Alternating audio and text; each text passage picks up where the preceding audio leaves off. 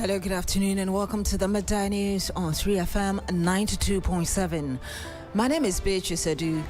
The news is also live on Kasmi 107.1 FM and across the world at 3news.com. Coming up in the next 30 minutes.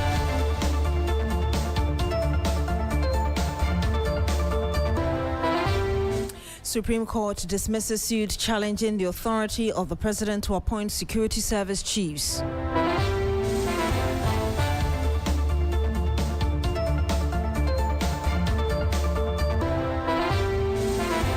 Also on the program this afternoon, Komfo-Anokye Teaching Hospital resumes emergency and critical cases after a temporary freeze due to congestion.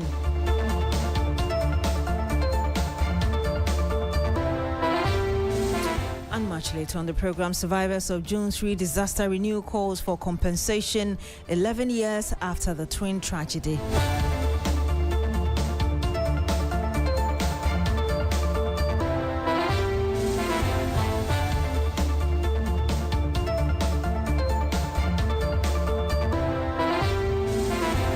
Thank you very much for joining us this afternoon. The Supreme Court has unanimously dismissed the suit by policy think tank Imani Africa and security analyst Professor Kwesi Enin challenging the president's powers to appoint and remove heads of uniformed security agencies.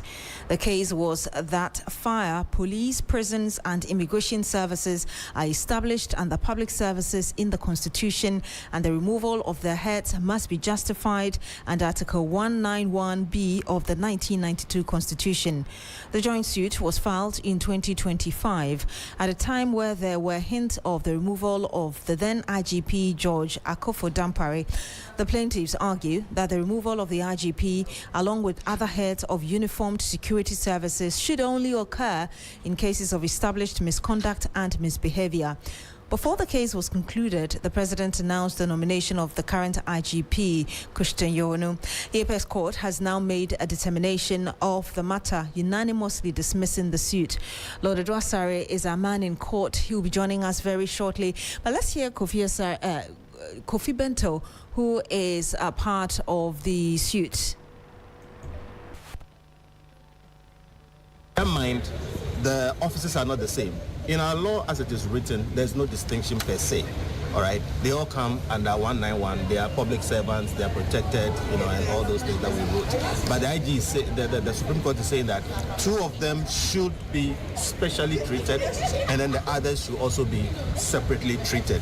And they gave reasons like the security of the state and the president is the head of the security and a couple of things which it's not clear to us. We went to court on the basis of the law as it is. And the basis of the law as it is that all these officers are public officers. They are protected under Article 191. You can't just get up and sack a person because you assume office. Assuming office as a president or anything is not cause for sacking others, and there are many cases like that. So we will wait and read the full ruling of the Supreme Court to understand what the reasoning behind what they said. And you heard there Kofi Bento. He is a plaintiff and also lawyer for parts of the plaintiffs as well. Now, the Accident and Emergency Center at the Komfo-Anokye Teaching Hospital has begun receiving critical cases after it announced a freeze of all emergency cases due to congestion. The news team witnessed an admission of two critical cases Wednesday morning. William Evans Income has been monitoring the situation at the major referral medical center in the northern sector of the country. He joins us live on the phone. Evans, what more can you tell us? Well, so I can tell you that, like you mentioned, two critical cases this morning, for instance, were received, which I witnessed. One of the cases has to do with a woman who was coming for a lead implant because she has suffered some fracture in her leg region. So she received an attention. Then there was another emergency case. That particular case was brought by a commercial vehicle. My understanding was that that particular patient developed a condition whilst on board a commercial vehicle. So when she also came, she was also attended to.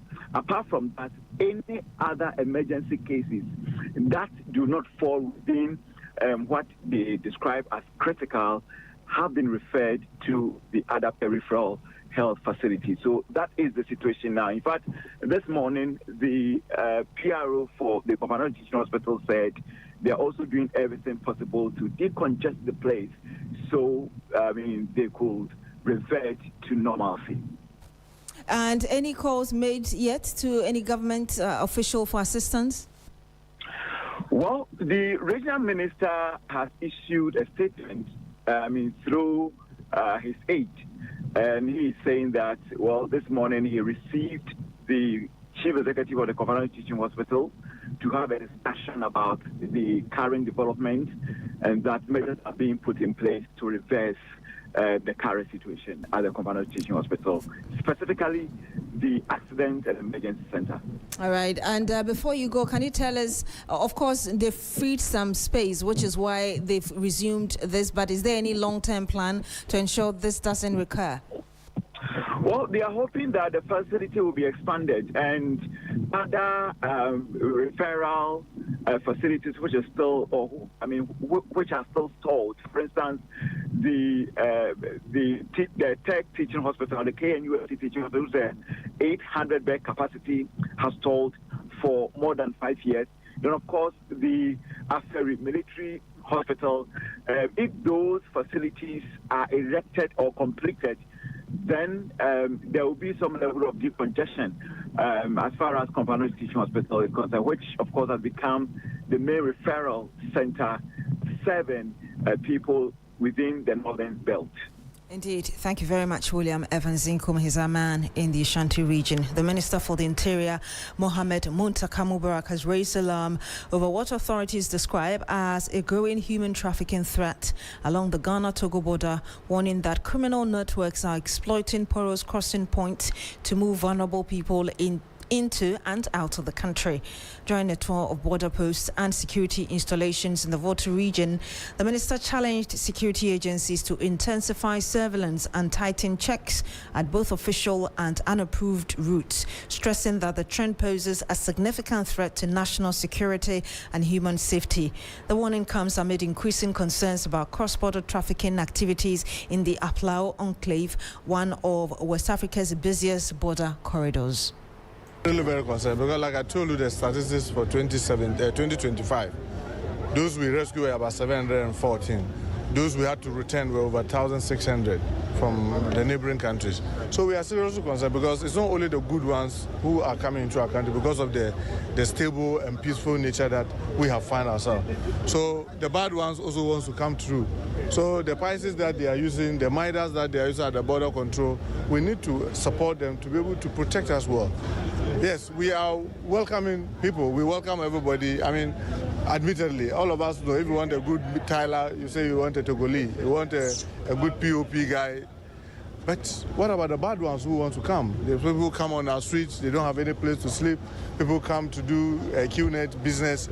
They say QNet is a legitimate business. People come, they try to deceive people into our country. They come, they are doing prostitutions, they are doing all manner of things. So we are really concerned, and that's part of the reason why I had to travel to come all this far, to see the challenges. What do we have to do to help them to be able to help us curb some of these menaces that we are all seeing? So be rest assured, we've seen it live, and we'll continue to work assiduously to resolving most of the problem. Thank you. Thank you so much. And you just heard the Interior Minister Mohamed Muntaka Mubarak interacting with journalists earlier. Volta Regional Correspondent Faisal Abdul Idrisu accompanied the minister during the visit. He joins us live on the phone now. Faisal, why are we seeing these high numbers of trafficking cases through the Aplao part of the Ghana-Togo border? And if you can tell us more about what security officers are saying beyond what we heard the minister say. Beatrice, a major problem with our borders is the fact that there are several unapproved routes, particularly in the Aplao Enclave. And most often, these are the routes that people are trafficked through into the country. But yesterday, the minister was more concerned about those who go through the main borders. And oftentimes, particularly this time that we are experiencing light outs, the complaints are that once the lights goes off, it's difficult for the machines that are being used to profile and also document people who are entering and going. And so it makes it easier for people to go through the borders at that point without any proper documentation or record of where they are coming from, where they are going, and how long they are staying in the country. So a major problem which is contributing to this issue is the issue of the unapproved routes. The security officials are saying that, yes, they are aware of these challenges, and for the unapproved routes, they are making sure that each time one is created, they push their men to man those areas.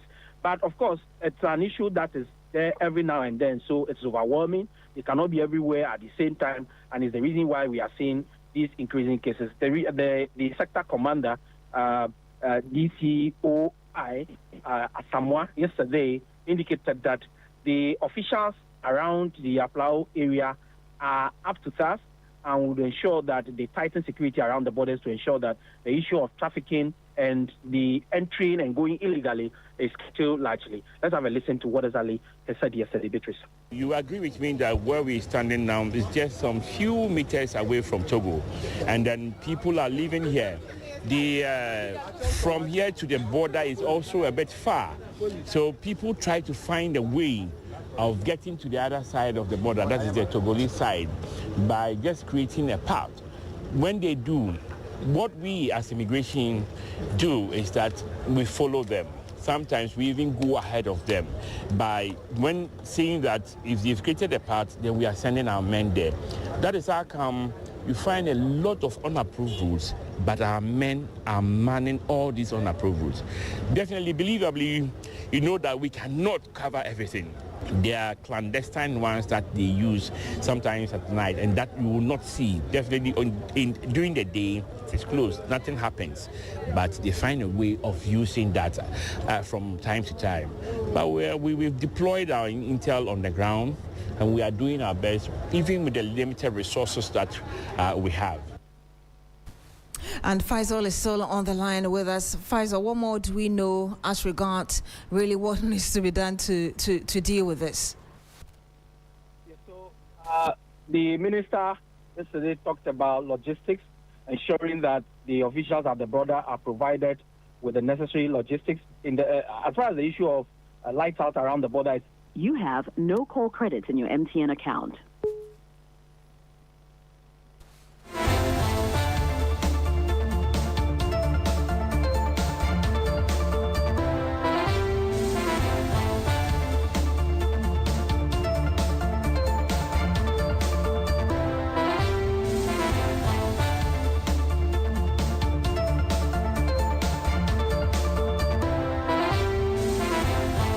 And we do apologize for that technical hitch there, but let's cross over now to London because President John Mahama has told global investors that his government has implemented disciplined macroeconomic reforms, restored fiscal confidence, and repositioned the country for mutual partnerships and increased investments. At the 12th edition of the Africa debate in London, the president said that deliberate policies like the 24-hour economy are creating new growth opportunities that he wants investors to tap into. Christian Yale is a man with the president in the United Kingdom. He joins us via video call. Chris, what more did the president say is accounting for the reforms? All right, Beatrice. So the president has touched on almost every sector that his government is working on to ensure that there is a change or improvement. So he has mentioned the notable projects like the big push, policies in the energy sector as well. He has equally talked about how government is trying to revolutionize, the health sector. And so a raft of, sectoral reforms, transport as well, and as well as infrastructure that government has been embarking on. He says all of these, when you add them together, make one strong case that Ghana is on a different path. We can take a listen to what he said. Africa seeks partnerships, fair partnerships, strategic partnerships, mutually beneficial partnerships. The era in which Africa served merely as a source of raw material for other nations' industrialization must end. In 18 months, we've implemented disciplined macroeconomic reforms, we've restored fiscal confidence, and we've stabilized the economy. Today, Ghana is witnessing renewed growth and improved investor confidence. Inflation has fallen dramatically. Our currency, the cedi, has regained stability. Our fiscal position has improved significantly. International reserves have strengthened. Credit rating agencies have revised Ghana's outlook positively, and investor appetite is returning. And let me emphasize that this recovery is not merely statistical, it is structural. We're repositioning Ghana as a productive economy built on industrialization, agro-processing, exports, logistics, digital transformation, and value addition. For investors gathered here today, Ghana offers political stability, democratic continuity, strategic geographical access to the West African sub-region, and a government that is committed to reform and private sector growth. The message I bring to investors today is simple. Ghana is open for business. Ghana is opened for business, the president says. Christian Yale is still on the line with us. Chris, the Africa debate, it means that event wasn't about Ghana alone. Did the president speak to growing issues on the continent? Yes, especially one about borrowing costs. He is of the view that when you look at how financing arrangements are made, for instance, climate financing, Africa continuously is disproportionately affected because Africa does not get equity when it comes to some of those ones. So he is urging global leaders, especially the UK, to ensure that the partnership that the UK is building with Africa becomes one that is mutually beneficial. We can again listen to the president. We don't have that yet, but we also know that the president visited the London Stock Exchange. Talk to us about some of the important things that came up. Exactly. And you know that once he's at the London Stock Exchange, it means that Ghana is yet again looking at deepening engagement with global capital markets. And beyond the symbolism and what it would mean, such high-level interactions provide a valuable platform to discuss investment opportunities, capital raising, market development, and strategies to attract international investors to Ghana. And so Ghana, by the visit of the president to the LSE, is seeking to just strengthen relationships with leadership of the LSE to help position Ghana as a competitive destination for investment, trade, and economic growth. Beatrice. And there was a Jamie who spoke, if you can tell us who he is. Exactly, and he is Jamie Proctor, who is the head of innovation and research for West Africa for FCDO. And Beatrice, one conversation that was held was one about Ghana's AI strategy implementation. Jamie is saying that, you see, it is a good initiative, but he wants government to invest in the infrastructure, build capacity, and ensure that people's data are protected. We can listen to Jamie. The UK and Ghana have a close relationship on science, technology and innovation. And through that relationship, we have an MOU. We have been navigating the new world of AI together. And as part of that partnership, we work together with KNUST and others and UK institutions like the Tony Blair Institute to help work with Ghana developing the AI strategy. Now, the next stage of the AI strategy, and what is really important is what comes next, is about implementing the AI strategy. One of the key tensions or things that we're working out, and it's the same in the UK, we've got the same questions, is balancing investment in big infrastructure, so compute, which is the drivers, the data centers that drive AI, with building the capacity and the expertise to be able to stay ahead of the race and to be able to build applications and software to be able to leverage and use AI. And so at the roundtable we discussed that balance and where governance and standards and the role that the ministry plays in setting those governance standards sits alongside being able to run infrastructure to be able to leverage AI. And so that's a balance that the governments, the ministry is going to need to strike, and we're going to help with providing experts that work on this from the UK to look not just to the UK but broadly. Christian Yale, let's wrap up our conversation. The president is supposed to be returning to Ghana. Tell us more about what we need to know. Yes, so that is expected to happen either tomorrow or by Friday. But even before that, Beatrice, the president today is also expected to pay a royal visit to King Charles III. I just I just passed by Buckingham Palace, Beatrice, and preparations are underway. You realize that there are a number of guests. Always you see guests there, even yesterday, but you just realize that there are other preparatory, plans ongoing there to receive the President of Ghana as he visits King Charles III. So that is going to be another historic and another important conversation to have. And I guess after that, he should be wrapping up his his tour of the United Kingdom, and then he should be back by Friday. Thank you very much, Christian Yale, our reporter currently with the President in London in the United Kingdom. And of course, we'll bring you more as and when we have it. Now, the Sunyani Central Prisons Clinic is grappling with a severe health care crisis as the number of inmates requiring medical attention continue to surge. The facility, overwhelmed by a growing daily patient load, is facing an acute shortage of essential medical supplies.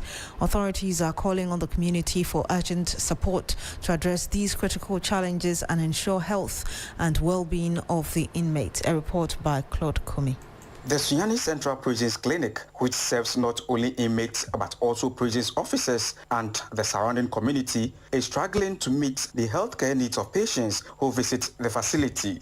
Superintendent Abdullah Ibrahim Mumuni, a physician assistant at the facility, reveals that the recent accreditation for health insurance has significantly increased attendance, exacerbating the already dire shortage of medical supplies. Initially, because we were not having the accreditation, the attendance here was a bit low because it was like more or less it was cash and carry. But with the inmates, we render care to them. What we do is that we only use donations. Then the small medication that we have, that is what we use to supply them. For the inmates, we cannot charge them for anything, so we render free care to them. So the only maybe money sometimes we get is those people come from outside, and that is what we also use to plow back. The clinic lacks essential medical equipment such as oxygen cylinders and suturing tools. The facility's current resources are insufficient, prompting a call for support from benevolent organizations. At the moment, we need oxygen cylinder with its accessories, together with other basic medical equipment. For instance, maybe those that we can use to do suturing and other things. Then with the medications, anybody at all who is ready to support, because we are dealing with a greater number of inmates. The government alone cannot do that. Are you getting it? Whatever they give, that is what we do, but it is not enough. The facility is for all of us. Despite the fact that it is in prison premises, it's for the entire nation. In a similar plea, Superintendent Dennis Piasa, Bono Regional Public Relations Officer for the Ghana Prison Service, urges the public for assistance. He has said the inability to procure medications without outsourcing to pharmacies further complicates matters. We are constrained when it comes to their medical supplies. We would wish that the public will come to our aid and then support us when it comes to medication. We outsource, we get it from outside, we go to the pharmacies. But if we have it within, there will be no need for us to buy it from the pharmacies.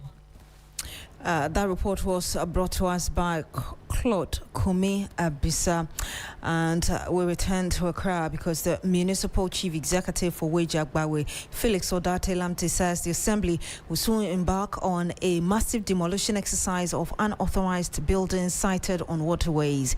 He was speaking during a visit to Tetegu and surrounding communities affected by recent spillage of the Wager Dam. Some of the residents have expressed hope that the proposed intervention will bring lasting relief to them. Let's hear exactly what they said. We will be taking records of the buildings here so that we will have proper records as to how many buildings we are demolishing here, so that when we get a place to take them to, we know that we have 10 people or 10 houses or 10 structures here. So wherever we are getting from them, we know it is for 10 people or 10 households, so that nobody will come later and say his or a building or structure is part of the structures that were removed from this place. Omudi ahabaya dredging na be save community ni de yan ya wa han ye ni hwe ka any authorities na kasa ne mo ewo mo hwe a betumi de aboa na e betumi save environment na say community ni de e de ni hwe ka me ma dwen che ni say nke bia seti no betim nso de we ase e define atechene sa na manti ko mujim ama ne ko deep se ne be ya omu bia yentimi mpagya yentimi yiri ma esra nka no be boas chief. And he had there some residents of Weja were still on floods on 25th May 2025. 3FM reported that runoff from the Ebri Mountains caused flooding in part of Accra, largely due to encroachment on water retention areas and choked drainage systems. In response, the Ga East Municipal Assembly has begun demolishing structures built along these waterways as part of efforts to mitigate future flooding. Joseph Armstrong Alugbe has been following developments. He joins us live on the phone with the latest on this. Joseph, tell us more regarding what's happening currently. Yeah, so Beatrice, currently the demolition is still ongoing here, particularly at a place called Agboba, where you see some individuals have managed to build on the waterway where two different rivers meet, and they've built there, preventing the free flow of water, leading to heavy flooding here in Agboba anytime it rains. Earlier we were on the Atomic Road where some other buildings, very big ones, were also pulled down because that place we are told is supposed to be a water holding area for the flow of water from the upstream, from the Ebri Mountain into the Odo River. But that place has equally been encroached upon, which after the story, the Assembly is embarking on this demolition to ensure that what we reported on about people encroaching and people on and then choke gutters have been cleared. Beatrice. Thank you very much, Joseph Armstrong, my colleague currently monitoring demolition exercise along the waterways in the Ebri area.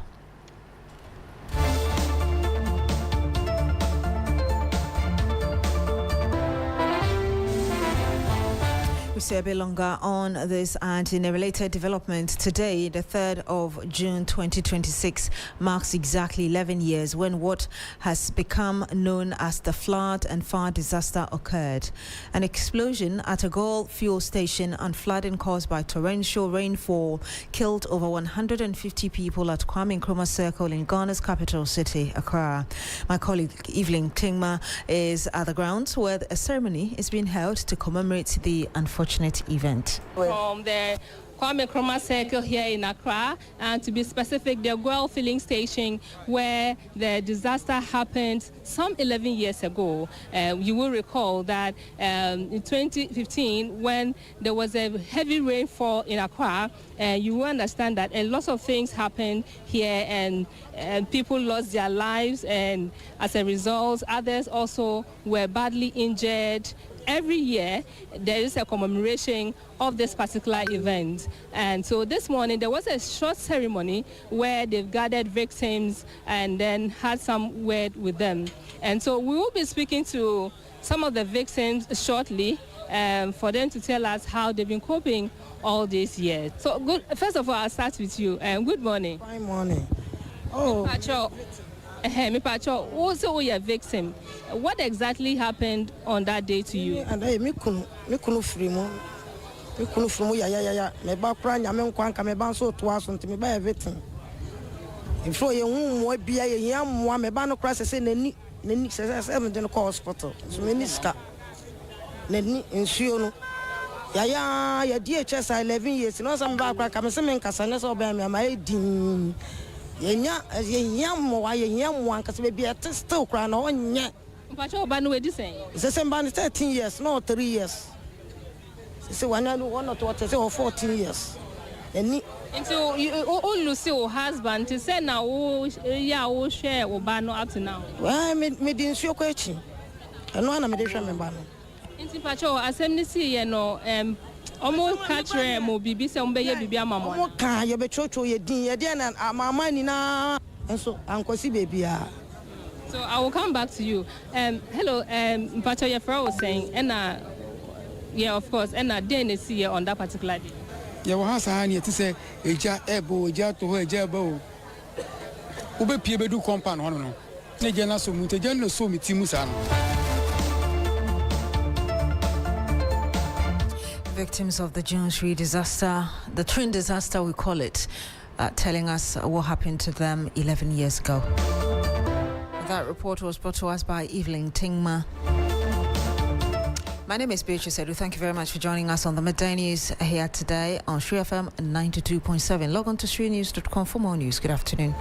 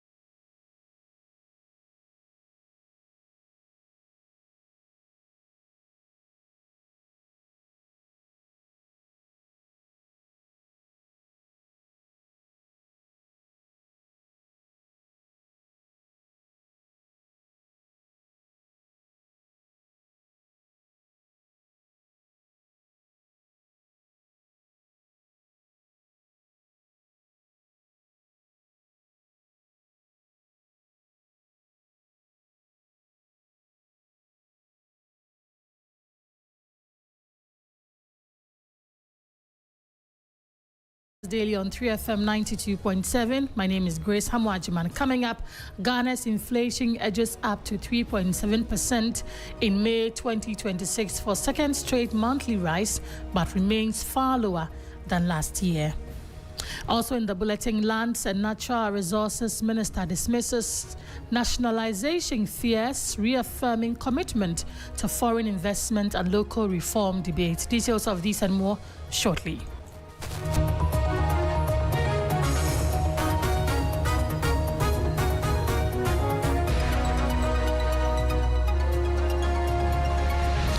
The bulletin from here. Ghana's annual inflation rate edged up to 3.7% in May 2026, marking the second consecutive monthly increase as the economy experiences a major uptick in price pressures despite a vastly calmer inflationary environment compared to last year.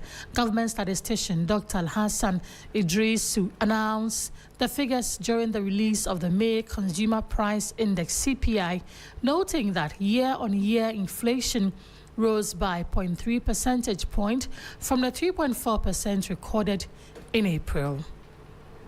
In May 2026, Ghana's year-on-year inflation was 3.7%. In plain language, the goods and services that an average household buys cost 3.7% more in May 2026 than they did in May 2025. Our consumer price index rose to 270.2 in May 2026, up from 260.5 a year earlier, or May 2025. To put that 3.7% in its proper context, look back just 1 year earlier. In May 2025, inflation stood at 18.4%. So in the space of 12 months, the rate of price increases has fallen by a remarkable 14.7 percentage points.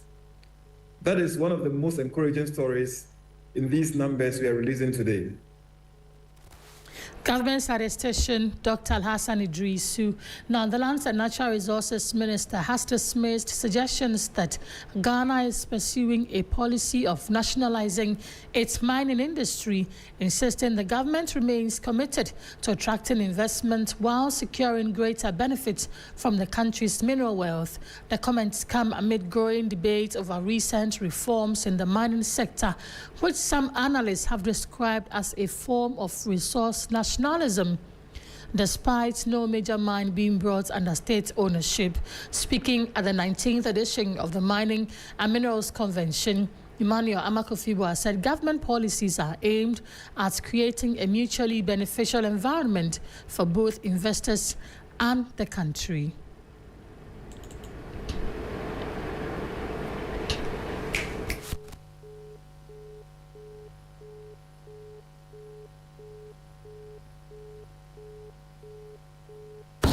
To our partners and our investors, I wish to reaffirm that Ghana remains committed to providing a stable, predictable, physical and legal certainty and transparent environment. So forget about it, all the noise you're hearing. You are hearing it from me. That is government policy. That is what we are focused on. Let me pose the question. A win-win partnership where investors get a good return on their investment, and in return leave a lasting legacy of empowerment, value addition, and expertise, cannot be nationalism of mines.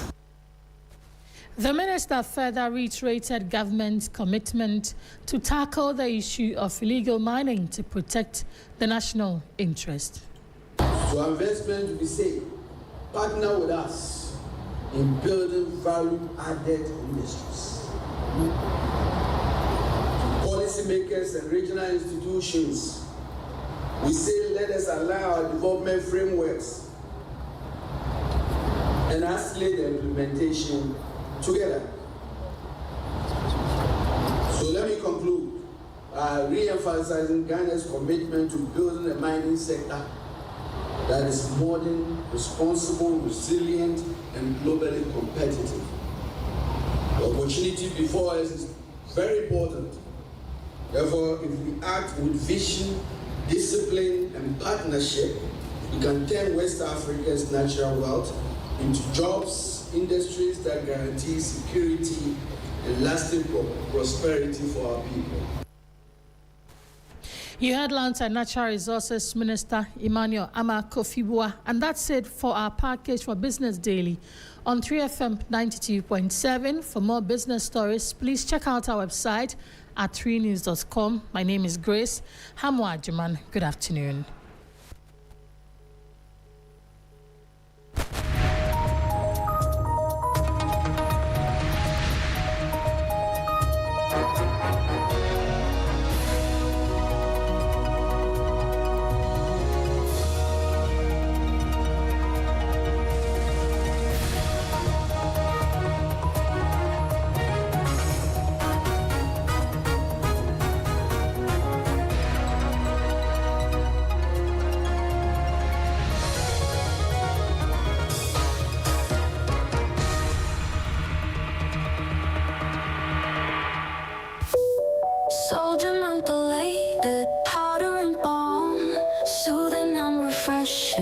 After a long day's hard work, treat your body to something soothing and refreshing. Use Soldier Mentholated Balm. Its cooling effect is your ultimate relaxation therapy, soothing muscles and relieving aches. For rapid relief from rashes, trust Soldier Mentholated Powder as your go-to solution. Experience everyday wellness with Soldier products. Soldier Mentholated Balm and Powder, your soothing companions. The GC brand, it's all about you. This advert is FDA approved. When malaria strikes your home, it strikes everything. No more endless worry because of malaria. Fight malaria back with Vegetem. Vegetem is effective, safe, and fast-acting against malaria. Vegetem tablets stays effective right to the very last tablets. Vegetem is also available in suspension for children. Vegetem, tough on malaria, easy on you. Greetings in the name of His Majesty Emperor I Selassie Rastafari. It has always been a journey of Pan-Africanism and consciousness. It is your regular taxi driver with the urban blend and 3FM 92.7 in living stereo every day, Monday to Friday, from 12:30 p.m. till 3 p.m. This is the show everybody listens to, so your business will certainly do well here. My name, Blakk Rasta. I am the rootical, heretical, Don Gargan, Mua Fire, Rhythm, come forward. Atinga ya chika fankare, Azure ya chika fankare, Abama ta chika fankare. 3FM, your urban lifestyle radio. Turn the sound way up now. 3FM 92.7. That's the vibe. 92.7. 3FM 92.7. You're locked in. 3FM 92.7. Oh yeah.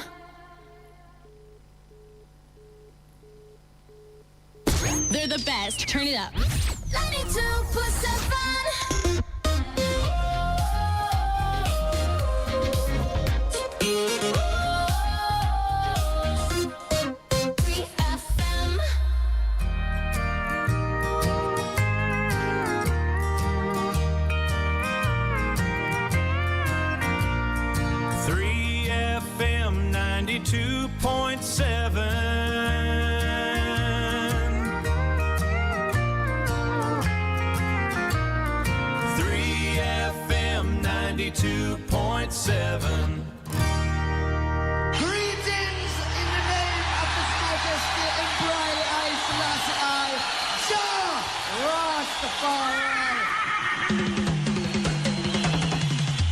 It has always been a journey of Pan-Africanism and consciousness. It is your regular taxi driver with the urban blend and 3FM 92.7 in living stereo every day, Monday to Friday, from 12:30 p.m. till 3 p.m. This is the show everybody listens to, so your business will certainly do well here. My name, Blakk Rasta. I am the rootical, heretical, Don Gargan, Mua Fire, Rhythm, come forward. Atinga ya chika fankare, Azure ya chika fankare, Abama ta chika fankare. 3FM, your urban lifestyle radio. Your finest tunes in sync with a soothing voice. 3 Lounge with AJ. Are you tired of the same old routine? Need a break from the stress and chaos of everyday life? Well, step into the 3 Lounge, your world of absolute relaxation and great music with yours truly, AJ Akwako Sapon. Welcome to the best mid-morning show in the capital and beyond. This is 3 Lounge with yours truly, your radio princess, AJ Akwako Sapon. Love it. I love it. It's great. Kickstart your week with Monday motivation. Shake off the Tuesday blues and get ready for midweek mania. Take a trip down memory lane on Throwback Thursday and wrap up the week with Funky Friday with myself and Helen Apia Ampufo. Plus, enjoy exciting celebrity interviews, insightful conversation, engaging discussions on topics that matter, and there's a boatload of fun and easy activations that reward and appreciate you, our loyal listener. If you are listening, we're manifesting money into your pocket this morning. Don't miss out on the excitement. Tune in to 3 Lounge every weekday morning from 10 a.m. to 12 p.m. with AJ Akwako Sapon, only on 3FM 92.7. It's my number one. 92.7 3FM, your urban lifestyle radio.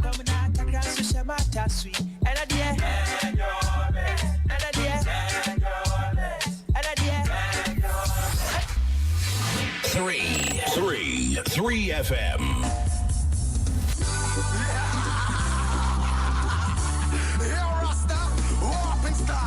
The people them turn doko, slaka boko. Who happen to them vegetable them?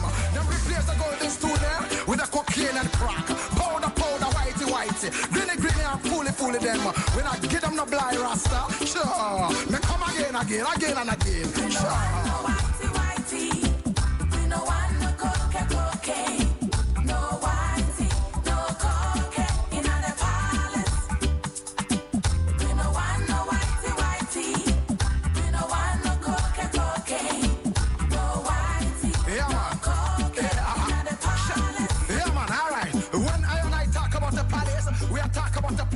Taking a strong culture piece. Every king must live in a palace with a strong base. As a youth, I thought the palace must be the custodian of cultural and ancestral power families. Yeah, man. But today, a palace must accommodate a king wise, great, and full of grace. Now, Rasta, our palace is devoid of cultural heritage, pure cocaine and crack, and mash up the place. How come cocaine has taken over the palace?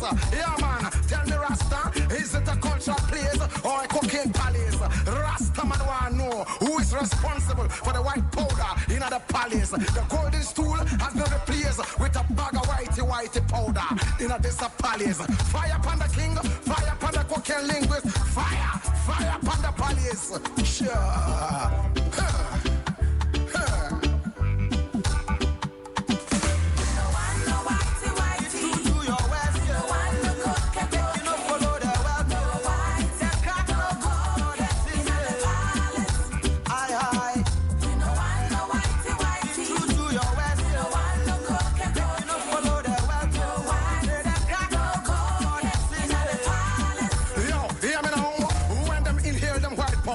Them lose all them energy and power. All of them turn sloko, doko, greeny, fully, chucky, chicky, biffy, and sloko. Yes, yeah, man. Enough of them go on like them sooner dead.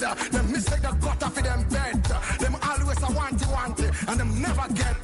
Them white powder, them snip them cocaine, and them can't never get fed. Watch me style, Rasta, them better dead than this coke head. On them conscious road, them never head. Sure. Yeah, Rasta, me not done yet. All of them just a sloko, boko, dabo, doko, greeny, slabba, koko, moko, fire. Shit, the parties where them say them keep the cocaine. Rasta man, they speak the truth, they say we they talking profane. No, you never they want to lose the money, you done the game. But you still for think about the youth, you losing down the lane. Say that you stopping it, but we see you selling it. Ganja on the coke, where the bingy man rebelling it. Someone explain what is going on. Filthiness be what the bigger has believing on.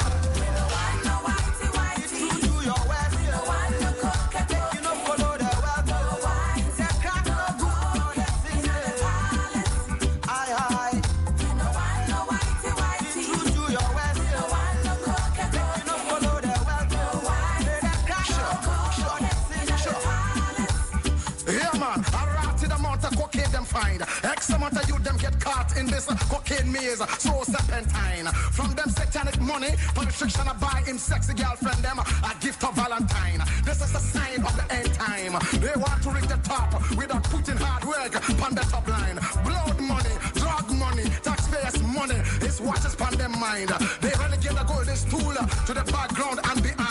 Sure, them don't care whether they get to youth, east stones, grass,